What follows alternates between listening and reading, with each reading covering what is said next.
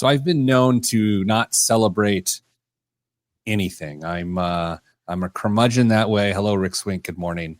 My colleagues love to point this out to me all the time, including my two co-hosts here, Kristen and Dame. Hello, Kristen. Hello, Pete. Hello, Dame. Father of state champion swimmer. A relay team, freestyle relay team, set the team record for the all-time team record. But brought home some hardware. Jeez, guys, I tend to just do and go, and it's not healthy, right? If I had a therapist, I think at some point in time, all of that would come out as to why that is happening. Reverend Renfro says, "Congratulations, Dame, and good morning to you." So yesterday, I'm going to celebrate something I did publicly. I did it privately, but I'm celebrating it publicly. That's right? We're tracking? I think so. Did it privately sounds awful. Yeah. Okay. I submitted the book manuscript yesterday. Hey. Number 12 or 13. Don't know. Not a numbers guy. It's done. Took longer than I wanted, of course, but it's in the hands of the editor, and we should have them in our hands hopefully in May or so. That's so exciting. It was exciting. The book took a turn. I don't know. Let's tell you this. I'm writing it, and I had this perspective. I'm writing it, and then I was like, wait a second. I want to talk about this. And then it took a real wild turn, and then there we are. There we are. So it's called It's Not Your Fault, but It Is Your Problem. And it's for HR people and people leaders to understand that the things going on in their employees' financial lives and lives in general, like caring for aging parents and dealing with childcare and dealing with health problems, well, it's not the fault of the employer. You certainly got to account for it because it impacts your organization. So very excited about that. Man, with that title, there could be some amazing cover art. Oh, there is amazing cover. Do you want to see the cover art? Are we allowed to? I think so. I mean, I'm sort of in charge. Let's see if I can pull this off here. Do people want to put your hands? We're going to train clap for the cover art? No. Okay, let's see. Candace sent me. So my designer, Lindsay, who's designed all my other book covers, is back in the fold for this one. Nice. Candace sent me. I don't know if I'm allowed to show this, but we're going to. Oh. All right, Candace. Okay, here we go. Always breaking the rules. Rebel without a pause. Now I understand the pause part. Okay, ready? It's not your fault, but it is your problem. It's kind of like McDonald's supersized me feel to it a little bit, the page. This is a draft page. Like, I'm literally going to get yelled at for doing this. I should take this off the screen. But anyway, that is the cover. It's not your fault, but it is your problem. That's exciting. I did not think McDonald's supersized me until you said it, but I see it now. See, I thought when I see It's Not Your Fault in such big text, I thought Robin Williams in Good Will Hunting. Oh, yeah. I hadn't even considered that. So we were trying to think of some swag for like the launch of this thing. And I like the idea of like a sweatshirt that on the front it says, not my fault. And on the back it says, still my problem, you know? Yeah. You know, I don't know. Anyway, Kristen, goat property yet? Donkey, you have donkey land yet? It's only been a week. I don't have it yet. Mm-hmm. I want you to know that I fixed the camera from last week, Kristen, so that I don't look like I'm in anime. Yes. And the colors just keep changing. I've locked it in. I figured that out. And so you will not have any issues there. Yeah, thank goodness. Last week was interesting. Dave, did you listen to the show last week? Not a test. Of course not. Okay, good. I have to say, Kristen's Midwest buzzer thing was really funny to me. Buzzer? It might be worth checking out, Dame. I was complimenting Kristen on her home purchase, was talking about her property, and every time that she would give a Midwestern, well, it's not that, I'd hit a. And then so like the entire segment. The whole convo. It's really funny. Okay. All right. Just one segment though? I don't have to listen to the whole thing? You do not have to listen. It's just like the first 5 minutes of the show. Oh, okay. All right. Friend of the show, Danny Dunn, world-renowned comedian. Talked to him on the phone last night. Shooting a comedy special tonight, Oh, that's Columbus, Ohio. Nice. Like a real thing. It's Don't Tell Comedy. Like Don't Tell Comedy is like a brand, like Netflix is a joke, like within that. Yeah. So lots of great things happening on it, and he might be going on like a legit it's not a stadium tour. That's a theater tour? Yeah. Not like a comedy club, but like a theater venue tour. That's Kind of wild. So are you going to Columbus tonight? No, I'm not a good family member. Okay. I thought about it though when he told me, but I was like, you gotta have some cheese. So anyway, starting at hello, gent. What? it's game day in Indianapolis. What does it even mean? March Madness? Who cares? I'm an old man. I'm not going to cheer for teens. Oh, go! I'm a grown man. Oh, I hope so and so hits his jumpers. I don't care. That's devastating, truly. It's honest. I used to care. I used to be like, oh, I hope this sophomore gets out of a shooting slump. I don't give a rip. I don't really care. I hope he gets his education, and I hope he contributes to society. That's it. That's the old man in me. If he's in a shooting slump, he probably better get an education. Oh man, Dame, you're old. You're Jiminy Christmas. You gotta. Do you feel that way at all? Oh yeah, I mean, if there was a graph of the hours spent watching the NCAA tournament over the course of my life, I mean, we're quickly approaching the x-axis. Rick Swing says race weekend around this park. What kind of race are we talking here? Are we talking a NASCAR race? I feel like that's the direction he's going. Isn't he in the Carolinas? Believe Rick? so. I don't know. It's the middle of nowhere, but I don't know in which state of the middle of nowhere. NASCAR. Okay. There. You know what? Let's see what I can do here. One of our clients is Hendrick Motorsports. And so they sent me, because I went and spoke there, this Hendrick Motorsports 40-year coffee table book. Nice. That looks so good in my new house. You know what, Kristen? I may gift this to you, not as a re-gift, but it's just like, it's so cool. It's so cool. The image on the cover, that cover that they did with all the different cuts and liveries reminds me of the BMW art car that they did with the M1. Not that I have any expectation that you know what I'm talking about. Any idea what you're talking about? It's really cool. So we ended up getting a third car for our household for our teen driver, and Dame was giving me instructions before the show. Just cautionary. Hey. No, I appreciate it. I'm not. Keep an eye on this. No, dude. Thank you. That's what you're here for. Put the air in the tires. That's not what I said. washer That's important too. We were talking about the cost of fuel at our house with our teen driver, and I said, "What? Yes." Why? Oh, I have a question. Do you guys know how much gas costs? What? What? My sister and I had this debate yesterday. Please tell your story. No. No.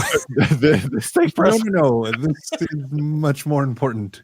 Say what now, Chris? My sister was complaining about how expensive gas was the other day, and I said, I couldn't tell you a range of how much unleaded gas is right now. I have no idea. Could have been $1.50. Could have been $5. Correct. There's no better feeling than when you seem out of touch. Like, I love it. I just don't drive. And when I do have to get gas, I've usually put myself in a position where I have to just fill up now. And what I have to put the fuel in the vehicle, like, it doesn't really matter what it costs. I have no idea. That's why today's show is about how to live on $100,000 a year for the average American. We'll get to that in a second anyway. So we're talking about gas prices, and of course, teen drivers complaining about that. And I said, wait until you find out the cost of putting air in your tires. Like, you're going to freak out. She's like, is it more than gas? I was like, substantially more than gas. And you got to do it a lot more frequently. Well, don't tell her about the premium air.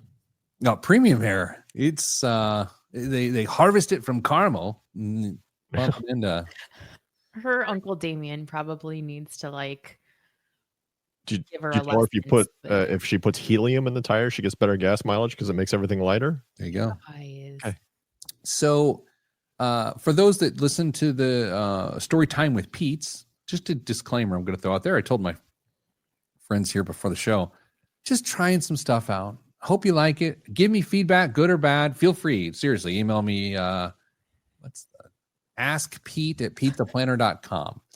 Ask Pete or put it in the live chat here. Are you enjoying listening to them? I'm having some fun with them. They don't take that long, and I don't know. I don't know what I'm doing. Dame, do you listen to those? I do. I haven't listened to this week's yet because I've been busy, but yeah, I do listen to those I feel like regularly. This week, I did 2 this week. I did Tuesday and I did Thursday. What was the other one? Tuesday is the day after Monday, and then Thursday was yesterday. Yesterday was American Cars. American cars. Like, what is an American car based on where they're made? And then Tuesday, I think it was the bittersweet tax refund or something like that. I don't know if I saw that one. I didn't get a notification about that one. That's why I was confused. Oh, Lord. Let's start the show before we lose Everyone. everyone. Hey, this is something I was going to talk to you guys about off the air. Oh, great. Let's do it. Okay, I had this thought, and you guys can feel however you're going to feel. The show's evolved a bit here. You know, we're doing different stuff. I love the stock picks. I'm not sure the radio audience gives a rip about the stock picks. What if whenever we cover like the progress, we do it in this podcast format? Because again, I don't know much about radio listeners. Other than most drive Buicks, what do you think about that idea of just like, because it eats an entire show when we do it that way? Yeah.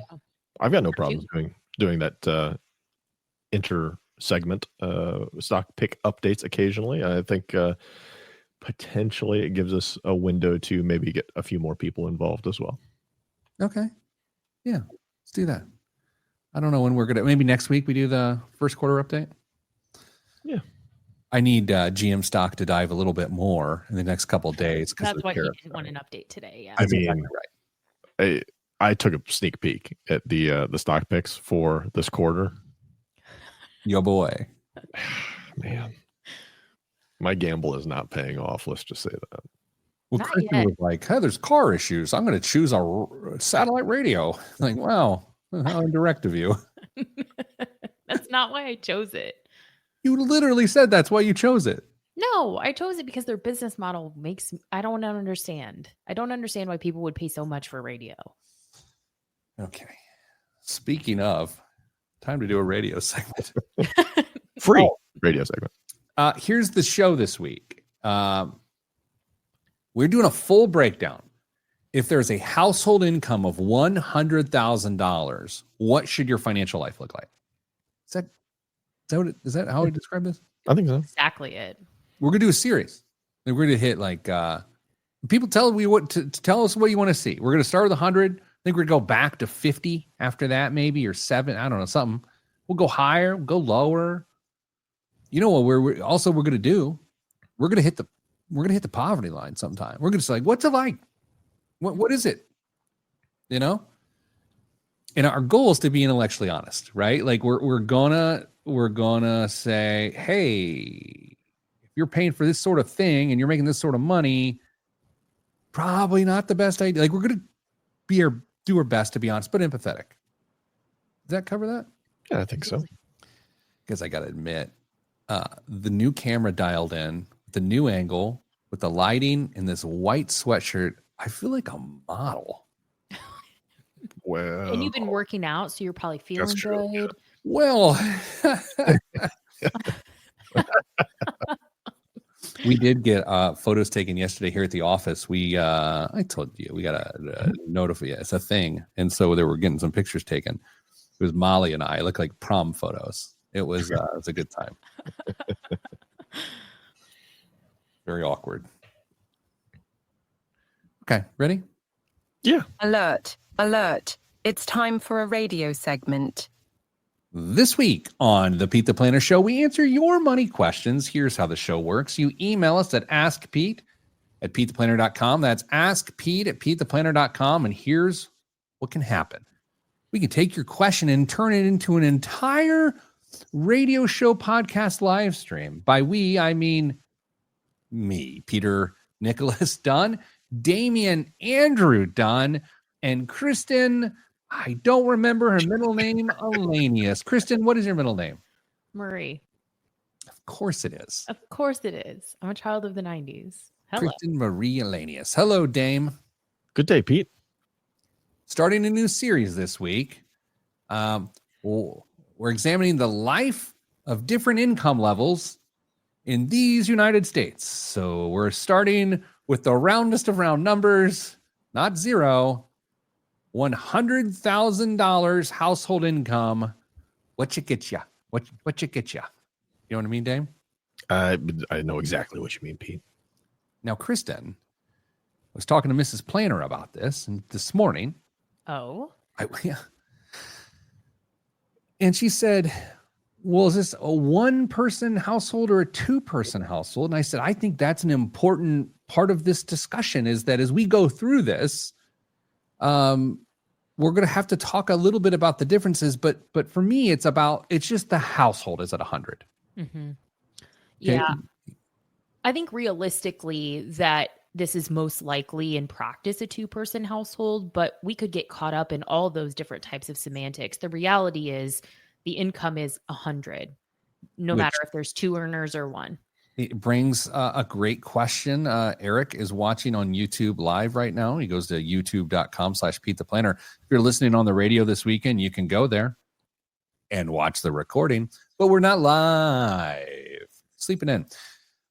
Comparing $100,000 in Seattle, New York, San Francisco, LA versus in the Midwest? ? Well, here's where this gets interesting. Numbers are numbers, man. You got 100% of 100K to spend, and so choices must be made. Are you going to be forced to spend more on housing? Oh, you betcha. But there's other elements that you're going to have to sacrifice, including your financial future. So, Dame, let's get started. Too much. Okay. So Kristen, anything you want to get out before we get going here? Any big caveats or anything you want people to know or understand? Dame, I'll ask you the same thing. I just think it's important to understand as part of this series that we're going to be able to do here that it's so easy to not be empathetic for people at different income levels. If someone is making more than you at this $100,000 income level, it's so easy to say, well, it would be so much easier for me if I had access to XYZ amount. That's not the point of today. Well, so true. Nothing has bothered me more in my content career, which is gross. Media career. When I'll answer a question about someone who makes X amount or Y amount, and then the first comment is like, well, I make a different amount. It's like, okay, that's the dumbest thing you could have possibly typed. Dame, anything you want people to know? No household has the same priorities as you. And if you choose to spend your money in certain ways that maybe don't line up with the neighbors or friends or family, okay. The whole point of this exercise is to help you understand where you may need to be making sacrifices, or you may just be required to make sacrifices, and what that long-term cost may be for you. So if you choose to spend your dollars in different ways based on geography or preference or whatever it is, that's on you, but we just want to help you think through the process. I want the end result of this episode, besides millions of views, I want people to stop lying to themselves about justifying decisions based on their income. That's it. I just want people to be honest with themselves. And it's with that, Dame, when a person makes $100,000 gross income a year, what does that break down to monthly? Dame, $100,000 gross is how much monthly? 100,000 divided by 12. Was that 833 a month? 833.33. I've provided show and tell slides. So if you're listening on the radio or listening on a podcast, which is like a radio in a box, which is also a box, go to youtube.com/Pete the Planner and you can watch this. Okay, Kristen. Man, people love to budget their gross income to live problematic, right? Yeah, absolutely. Because $100,000 feels so different from what actually hits your bank account by the time you're contributing for your future self. You're paying the man, you're paying for your health care. It does not look nearly the same when it hits that bank account. Dame, is the term "the man" inclusive enough? Uh, Can we I blame think women too? I'm sure. I mean, that may bring in some other angles, but let's just stick with the man since it's, I think, widely accepted in that context. Kristen, do you want to go ahead and tease a future episode that we may have on this show? Or do you want to save that for later? Save it for later. Okay. $8,333 a month.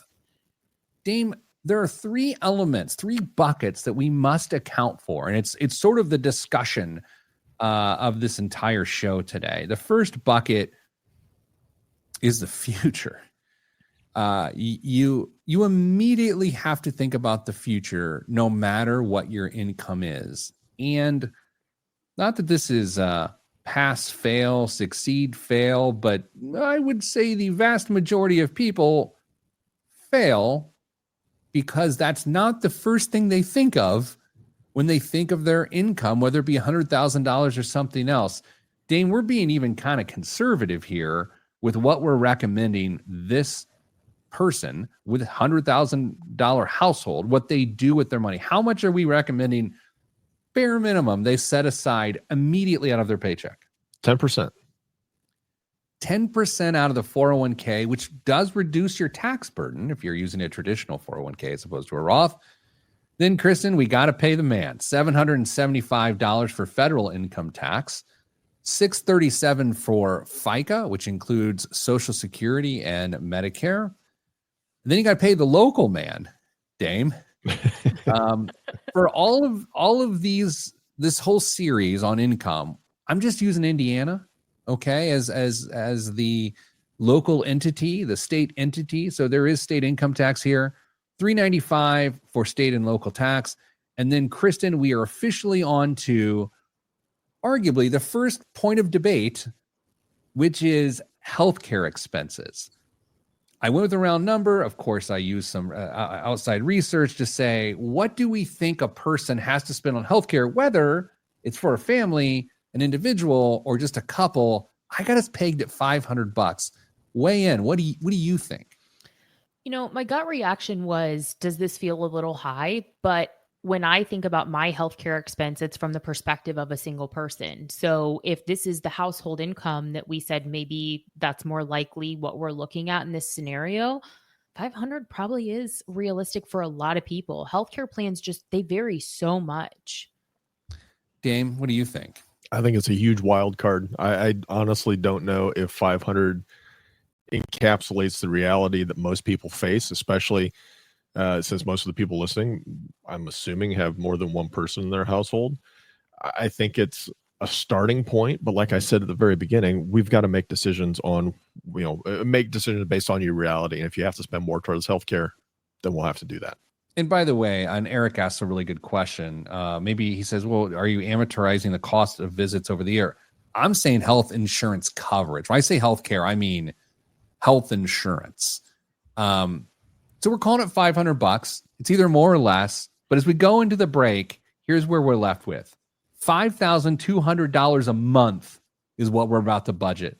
And we're going to do that next on the Pete the Planner Show. Life on $100,000 a year income. That's next. I liked that outro a lot. That was a great outro. Oh, really good. Solid. Definitive. So in the chat here, people are, Tom, specifically, you say 500 for healthcare. Yeah. Do you think that's high or low? I'm just curious, Eric. I'd love to know if you think it's high or low. It is for health insurance deducted out of your paycheck. Chris and Dame, do you have a feeling one way or the other about that? I think different industries are maybe a little more poised to feel differently about that $500 number. I think someone who maybe works for like government, used to work for government.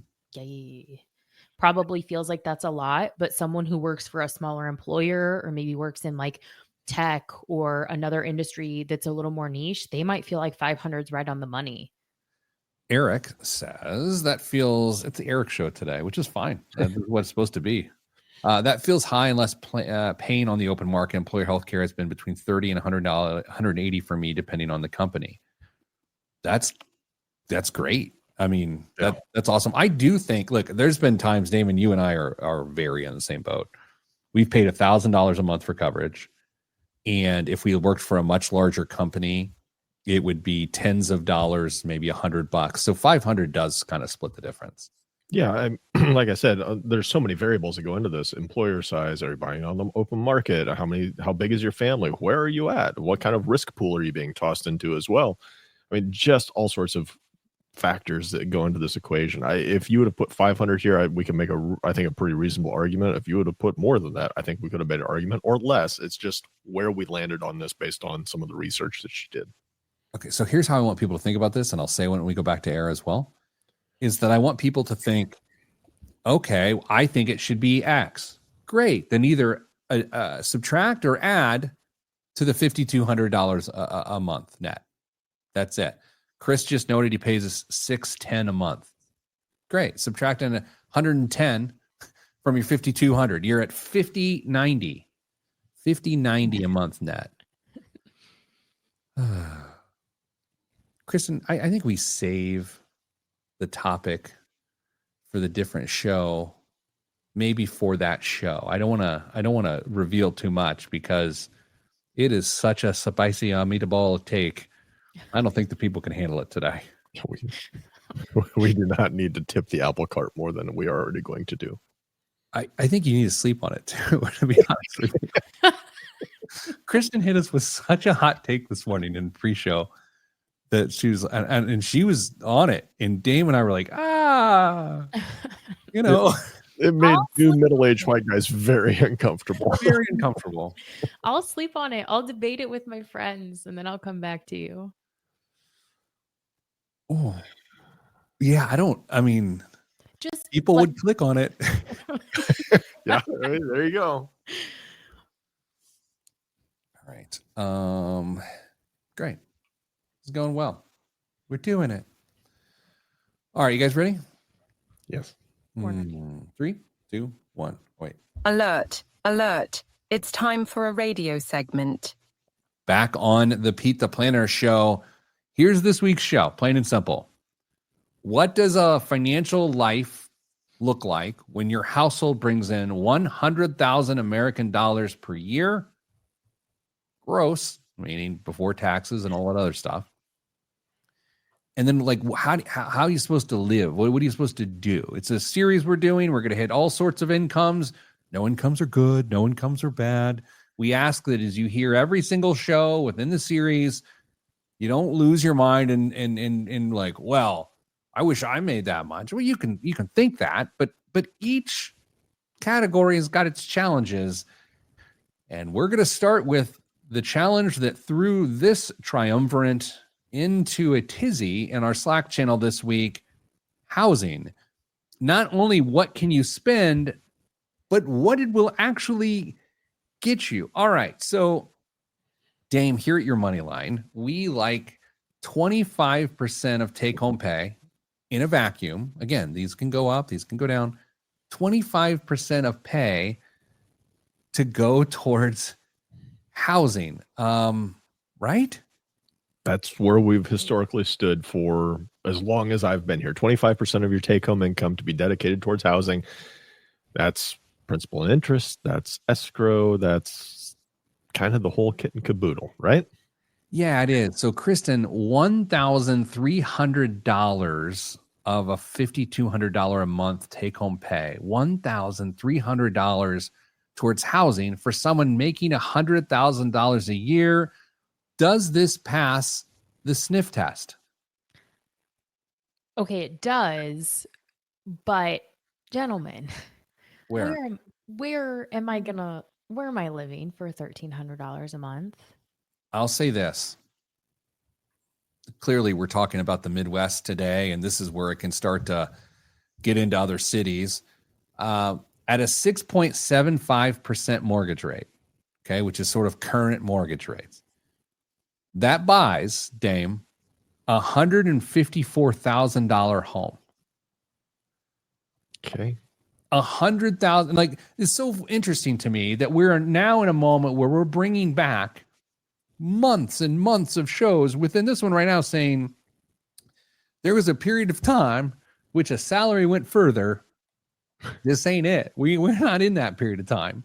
Yeah. We're saying you make $100,000 a year and you run your budget perfectly. Those were finger quotes. Dame, you can afford a $154,000 house right now based on interest rate. I mean, math is math. It's hard for me to dispute that.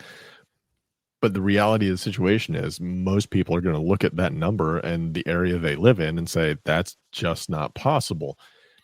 Maybe it is, maybe it isn't. I'm not here to tell you what you can and can't afford in your neck of the woods. But that's where we go back to the first segment and say you're going to have to make some decisions based on where those other dollars are going. If you're going to allocate more towards housing, it's got to come from somewhere. You can't outspend. Well, you can outspend your income. It just doesn't work very well for very long. So take it with a grain of salt. 1,300 is where we would traditionally say that's where you should be spending those dollars in housing. That's up to you on whether or not you think it's reasonable. Now, Kristen, Eric comments here on YouTube Live and says, like, I'm in Seattle. I pay $3,400 a month on a 2-bedroom apartment. First off, Eric, we are not asking what your household income is out of respect and privacy. But oh no, let's say it is $100,000 and you're forced to spend $3,400 a month. That means, Kristen, we got to find $2,100 of extra housing budget within the rest of our obligations here. That's what we're asking people to do. If you say, great, my household income is $100,000, but I spend $1,800 a month on housing, not $1,300 a month, great. All we're asking today is that when we go through the other categories, you somehow, some way find $500 a month to put towards that. Yeah, absolutely. And, for me, maybe I'm just biased. We could debate this too, but like, I think the easiest place to pull that is the transportation category. That very next category we have here, 15% on transportation. I don't know about the two of you, but I haven't spent that on transportation in years. For someone that doesn't know the price of fuel, that tracks.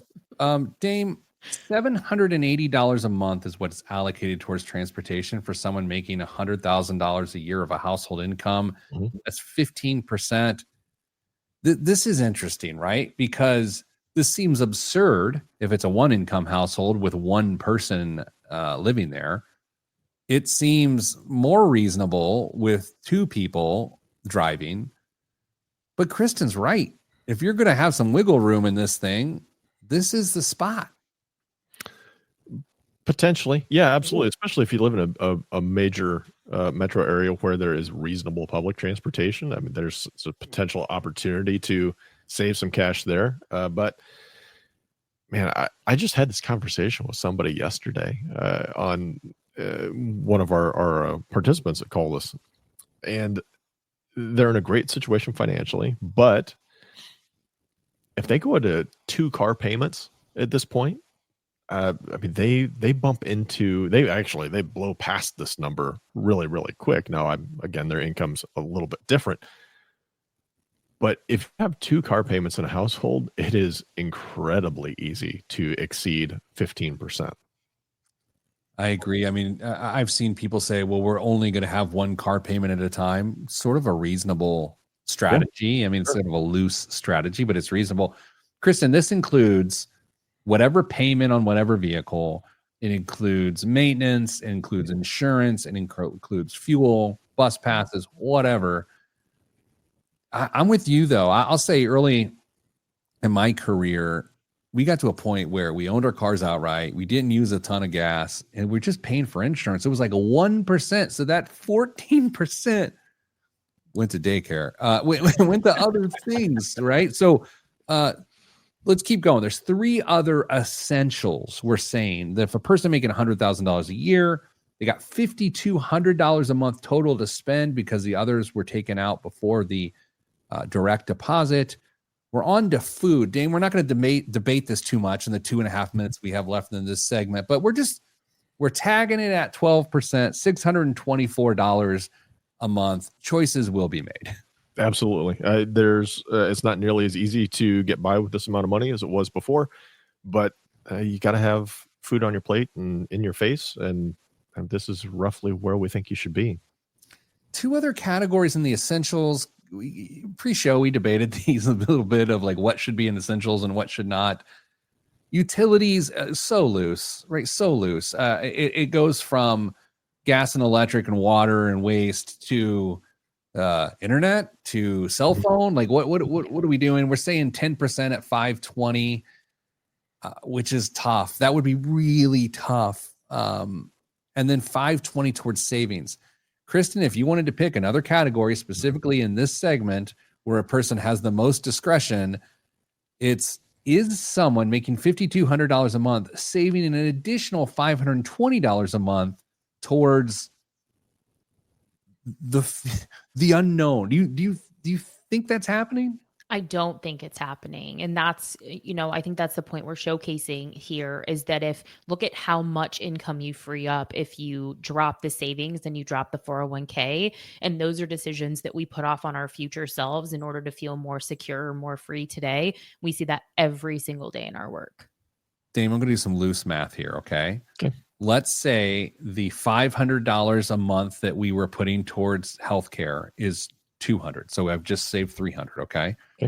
I'm going to say that we're saving $300 on an inadequate 401k deposit. So we're saving $600 here. Okay. And then we're not saving into an emergency fund. Mm-hmm. So there goes that $520. That's $1,100 more a month that people are typically putting towards these other categories. When we come back, we're only left with $1,456. How will we spend it with the rest of our lives? That's next on the Pete the Planner Show. I'm Pete the Planner. This feels like a game show no one would watch. Yeah. Dame, I'm so glad you brought up the phone call you were on yesterday with one of the people we serve. Because, having all of us on this call, this is a call. Welcome to the call, everybody. Hi. Everyone on the podcast here has had thousands of this conversation. Sure. Thousands of this conversation. And it's always different, but it's always in the same thread of, great, you don't think this category is realistic? Then you're going to have to pull back on other categories, and that's it.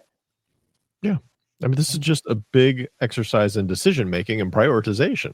If you can figure out where you want your dollars to go in the macro sense, you can try and back into where you have to spend those dollars. But the reality is there are certain things you should be taking a little bit more keeping more of a close eye on. And if you're not, it's only going to probably be you that's going to pay for that oversight in the future. I want to ask both of you this, but I want to ask at least the people on the live stream as well. So please put it in the chat if you can. Here's the question. On $100,000 a year household income, do you feel like the $5,200 a month net is too high? It's too low. You actually think the net is more than that? Or do you think it's just right? So do you think we're representing that it's going to be a $5,200 net to spend a month on an $83.33 a month gross? Do you think it's just right? Do you think actually you're going to have a lot more than that, or you're going to have a lot less than that? Dame, I'll start with you. What do you think of the 3 choices? What do you think? I think it's reasonable based on what we've got, because if somebody's saving more to their 401k or health insurance costs, it is definitely within reason for somebody that makes $100,000 to come home with $4,500 a month. Chris? I think that most people are going to feel like it's a little low, like that our number is a little conservative, but I think it's really hard to argue with the percentages that we've put forth for average healthcare expense and 401k, namely. I think, again, anytime you give mass advice in any internet or media outlet, you have to make generalizations. You just do. Otherwise, you just get caught in the weird nitpicky nature of this. I'm pretty darn comfortable with this, guys. Like, I'm really comfortable with 5,000, 5,200, somewhere in that range. And the funny thing about this is, if someone's like, actually, it's a lot more than that, that's someone who's not thinking about the future. And then that's where this whole thing, I don't want to get too dystopian. It gets really scary. It gets incredibly scary because once you're making 100 and you don't account for that, it's really hard to find a reason as your income goes up for you to account for it more. David, people don't make these giant income leaps and then they're like, well, the first thing I'm going to do is get back on track for retirement. No one thinks that way. I won't go quite that far. I will say the vast majority of people don't think that way. I've talked to a couple people who, whether it's through job change or a big promotion, whatever it is, they see that they're going to have a lot more money. There are a few people out there that are super disciplined and say, listen, I know I've been slacking in a couple of these areas and I absolutely have to try and make up for lost time or at least get the things corrected. And they'll jump in there. But that is not the conversation that I'm used to having. Kristen, Quincy makes a really great point that actually makes this all worse. Thanks for ruining the show, Quincy. He thinks their numbers are accurate, but he thinks it's only scary that they're contributing 10% to retirement. I'll say this, Kristen, I'm curious what you think. 10% is just short, depending on how old the person is. They're in their 20s, 12 to 14% would be ideal, but maybe the match gets them there. Yeah, that's really what I was hoping, is that someone at this income level hopefully has at least a 3% match, and that gets us into that suggested range. But to your point, the longer you've waited to put off contributing to retirement, the more you need to contribute. And then I'm right there with Quincy in saying 10% might not be enough.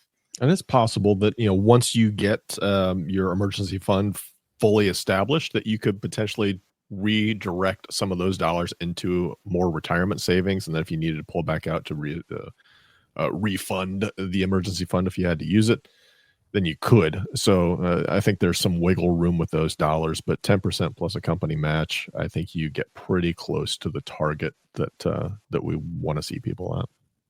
You guys remember when I started on my fitness journey a couple of months ago, and my trainer said to me what the key to all of this would be? Greek yogurt. Greek yogurt.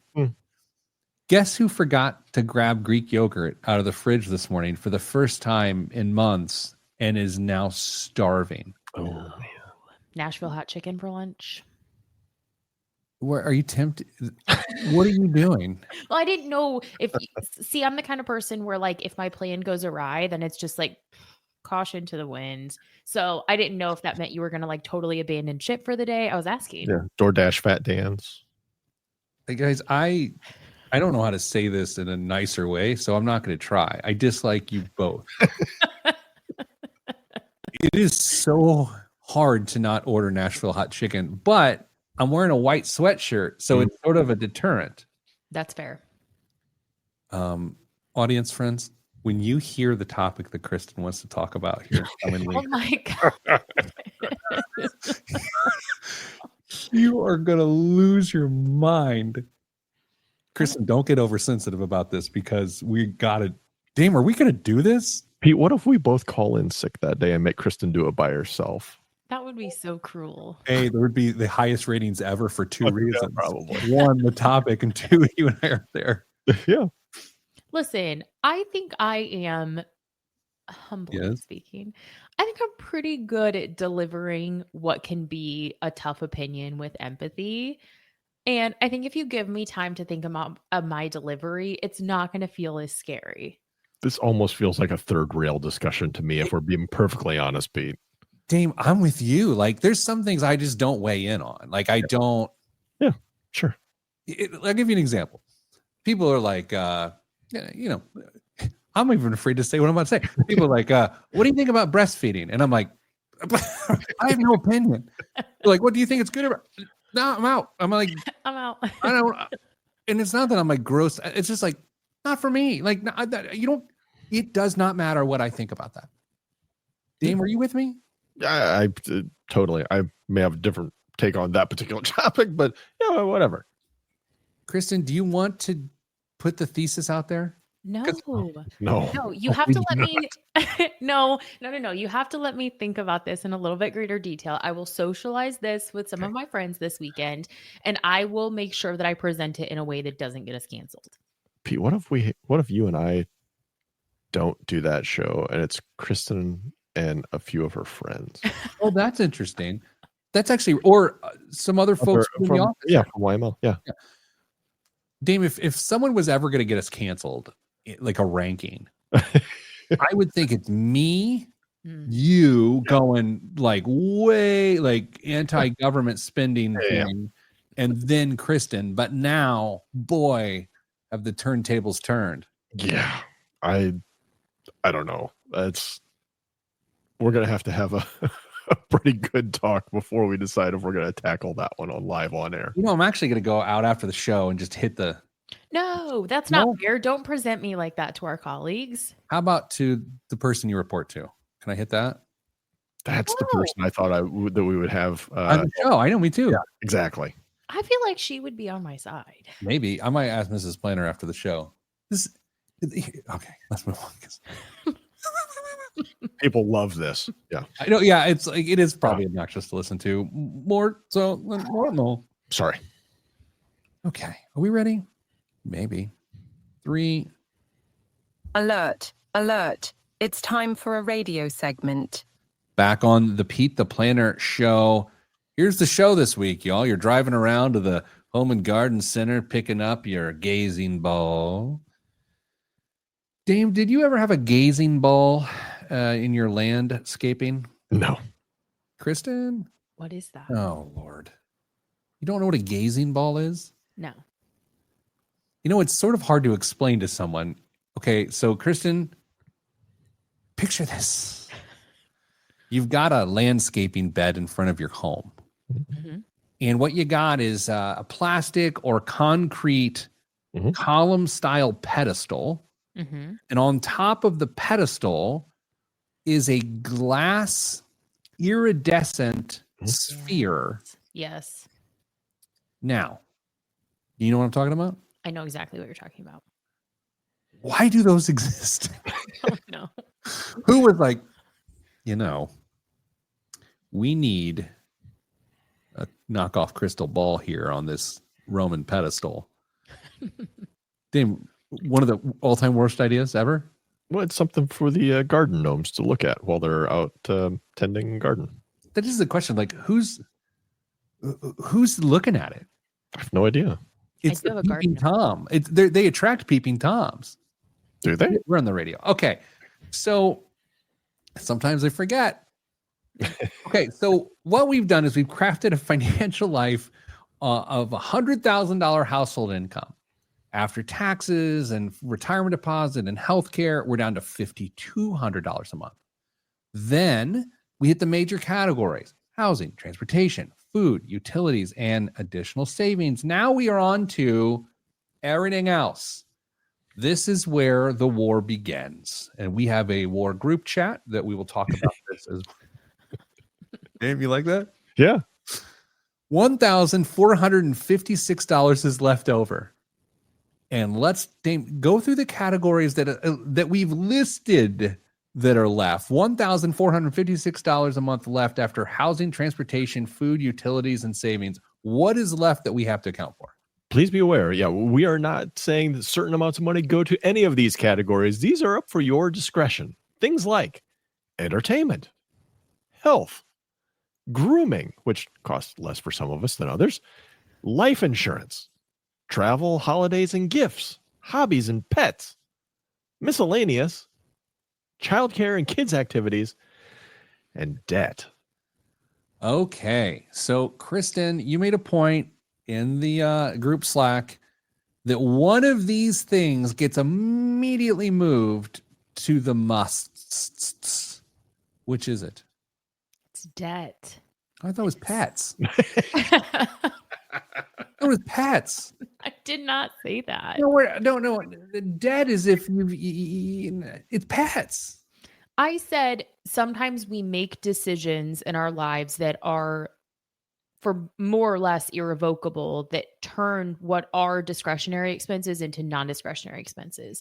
The decisions of your past that potentially created debt, then those become non-discretionary expenses. Your choice to have children, their care becomes a non-discretionary expense. Your choice to have animals, a non-discretionary expense. They start as discretionary, but then once you make that decision, they move to non. Time out. FWIW. Okay. For Okay. what it's Got it. Yeah. said out loud, that's no good. No. No. Like OMG, like people know FWIW for what it's worth. With the 10% savings element of like the core stuff there, I just view if a person has debt, they're just taking that money and putting it towards debt. It's a net worth increase function to me. I don't know. Kristen's shaking her head. Dame, please agree with me. IMO, I think you're wrong. That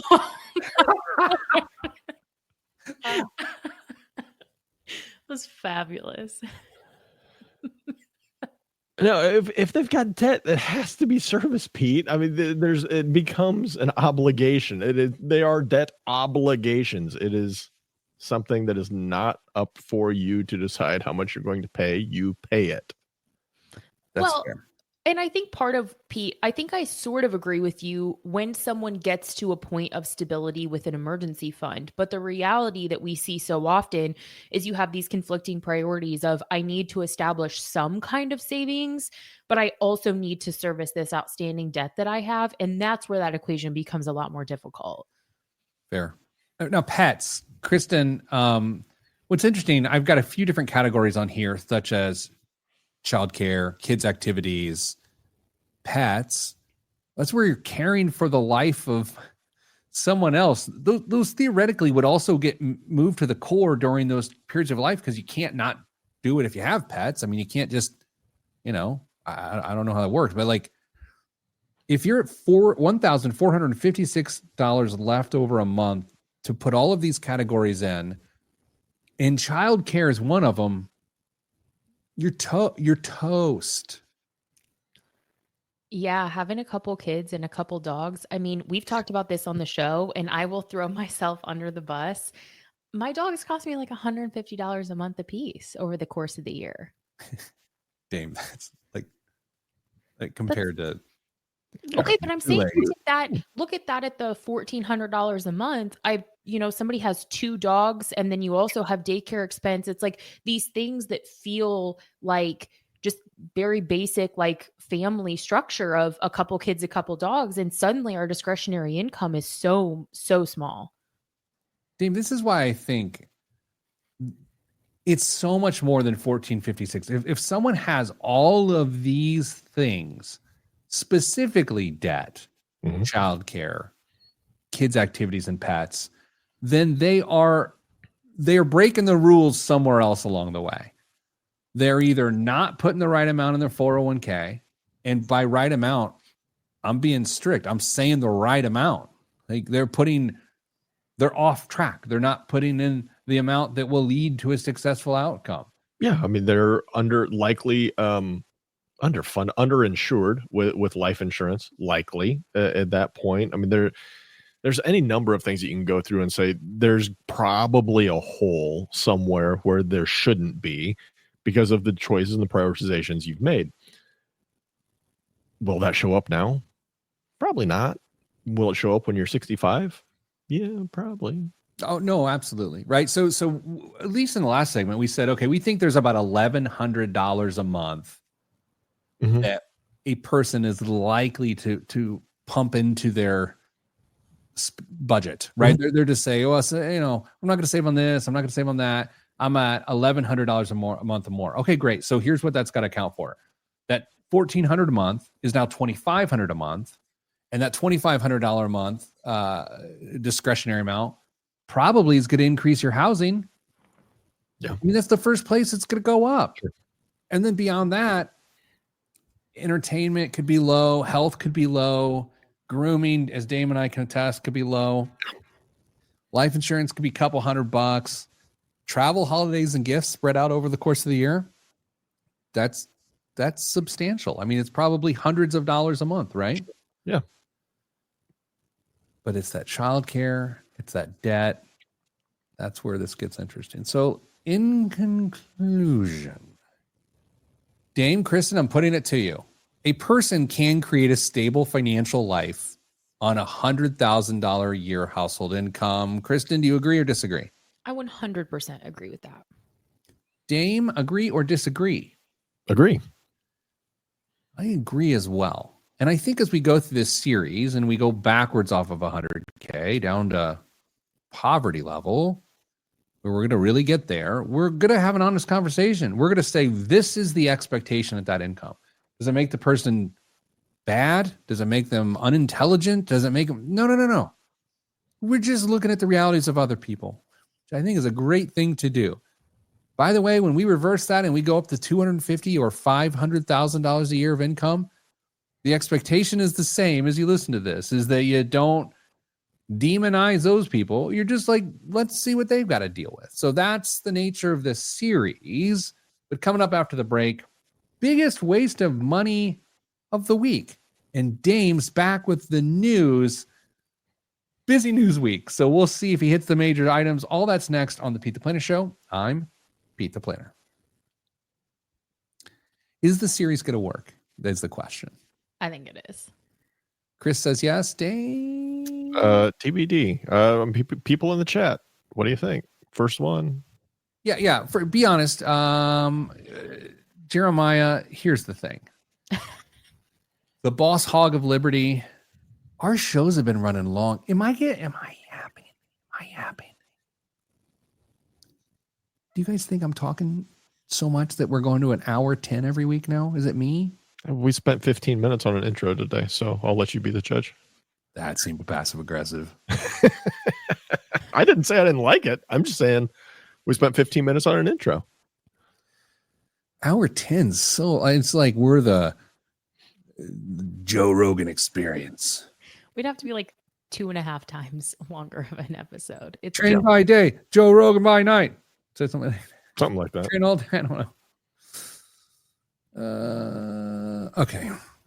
Jeremiah, the Boss Hog of Liberty, says a really good podcast goes 90 to 120 minutes. Their episodes of the Boss Hog of Liberty were so long. They were unbelievable. Really? Okay. You know what we didn't account for? Uh-oh. Oh, In Lord. the spending?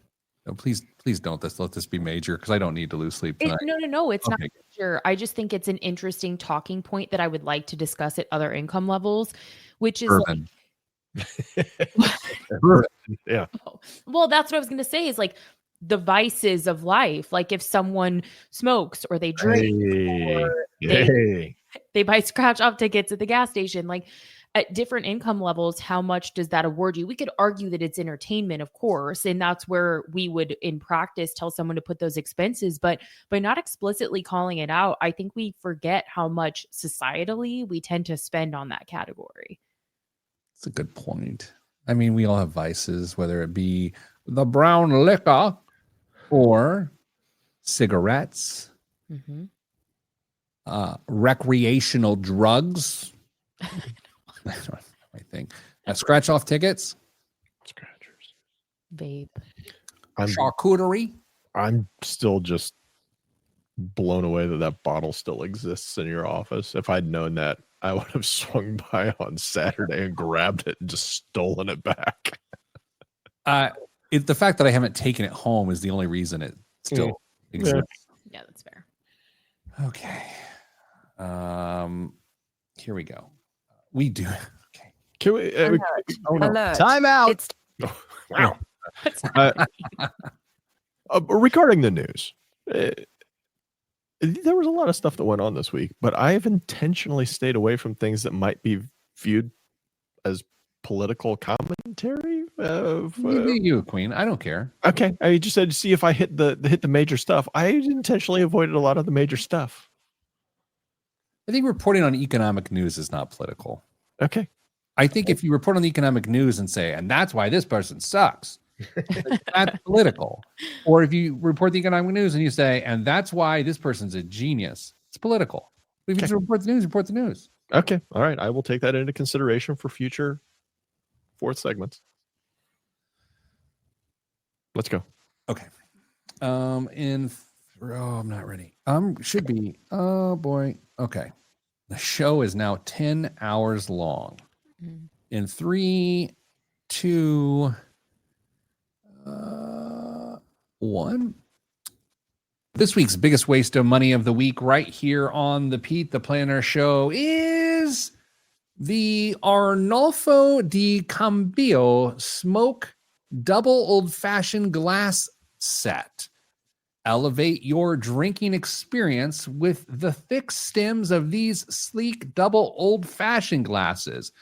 Penned by award-winning designer Joe Colombo, the Smoke Double Old-Fashioned Glass from Arnolfo di Cambio elevates the drinking experience. Literally, it keeps the liquid cantilevered above. Time out. What a great word. Kristen? What? Okay, here we go. Kristen, for $5 American, Okay. spell cantilevered. Oh, I can't spell it all. Cantil lever L-E Mhm. Vered. Mhm. Yeah. There you go. Look at me. Wow, I owe you $5. Anyway, it keeps the liquid cantilevered above the base with a substantial stem that's set to the side, giving the handcrafted crystal glass an architectural form.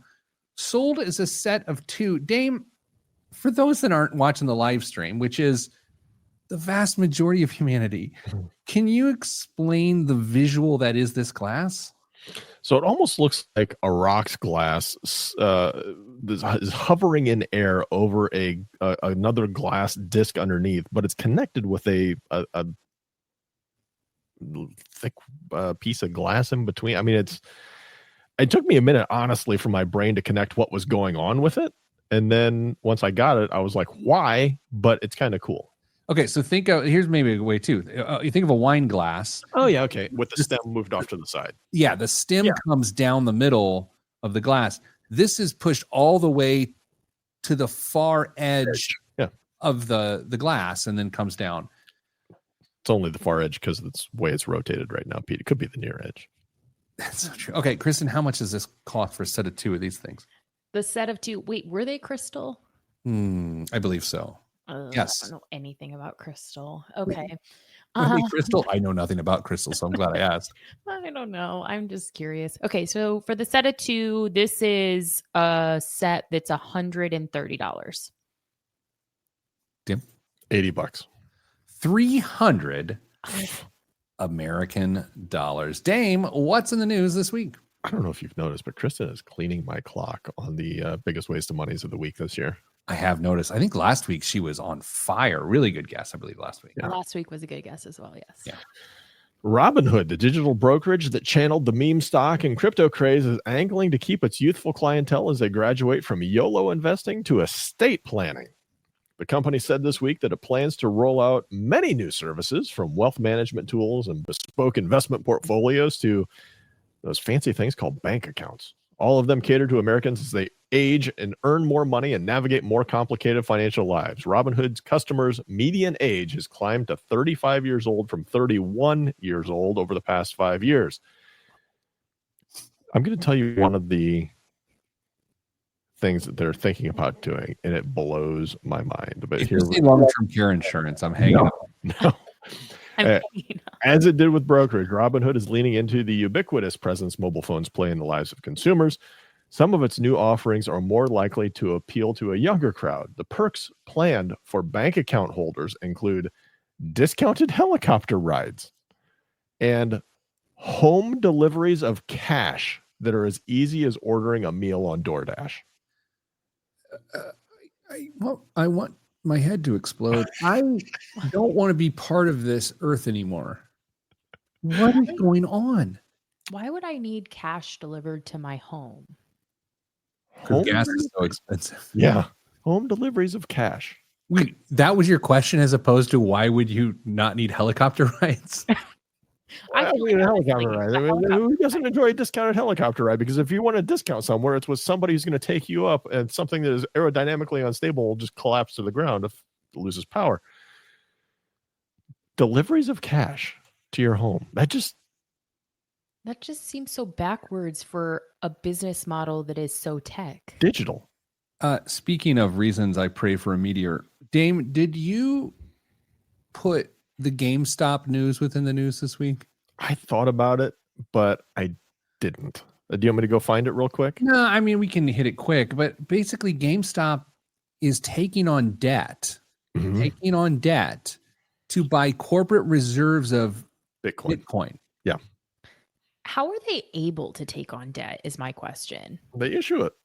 They've got cash on hand.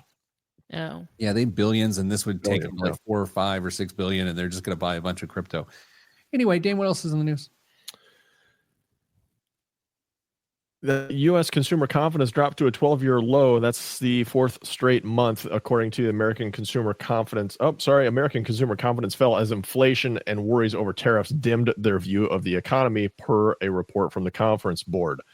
The reading was the worst in over a decade and below the threshold, which the Conference Board says could forecast an imminent recession. Consumers' optimism about future income, which had held up quite strongly in the past few months, largely vanished, a Conference Board economist said.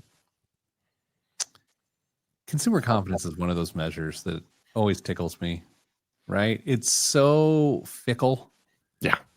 I mean, if again, sniff test is a big part of what we do around here.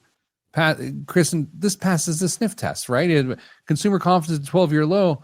I would think that. Do you think that? I would agree. Yeah, totally. And it's, again, you can pick a whole interest rates, inflation, tariffs, the price of cars here in a week. Yeah, like so we got a third car for our household because we have a teen driver. So this was a transaction that happened this week. And one of the primary reasons we did it this week is because what is about to happen with the price of cars? Because here's what's going to happen, Dame. Tariffs, right? So the cars that are already on the lot, the new cars that are already on the lot aren't going to be subject to tariffs, but that doesn't mean they're going to drop them below MSRP. They're going to get while the getting's good. And by the way, the used car on the lot is also going to increase in price because the new cars are going to increase in price. And then the tariffs will actually take effect when the new cars come in that are subject to the tariffs. And then it gets worse. I can't imagine it goes any differently than that. Dame, can it go differently than that? I mean, only if you probably buy a car that is mainly sourced and built in America, and there's only one company that does that.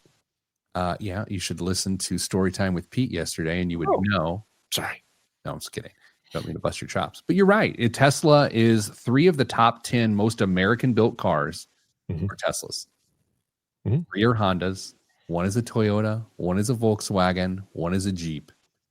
And there you go. Kristen, do you think the tariff things with cars goes any differently than I just explained? I hope you say I'm wrong. Can you see it going any differently?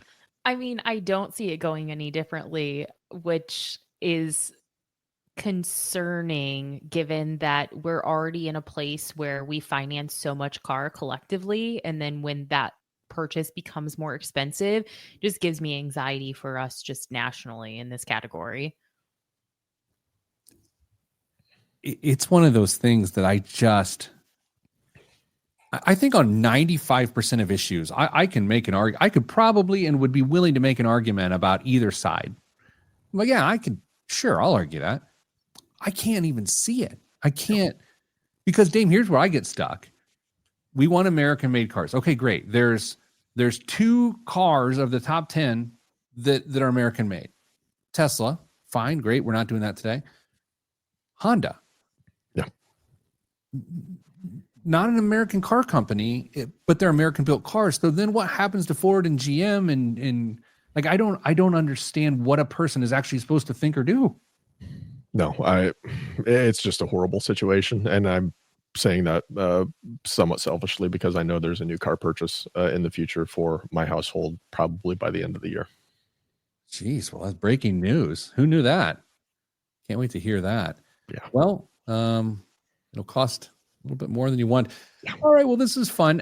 Hey, if you want to watch this show with graphics, do so. Go to youtube.com/Pete the Planner. Send you good vibes because good vibes are all that's in the budget. I'm Pete the Planner. This is the Pete the Planner Show.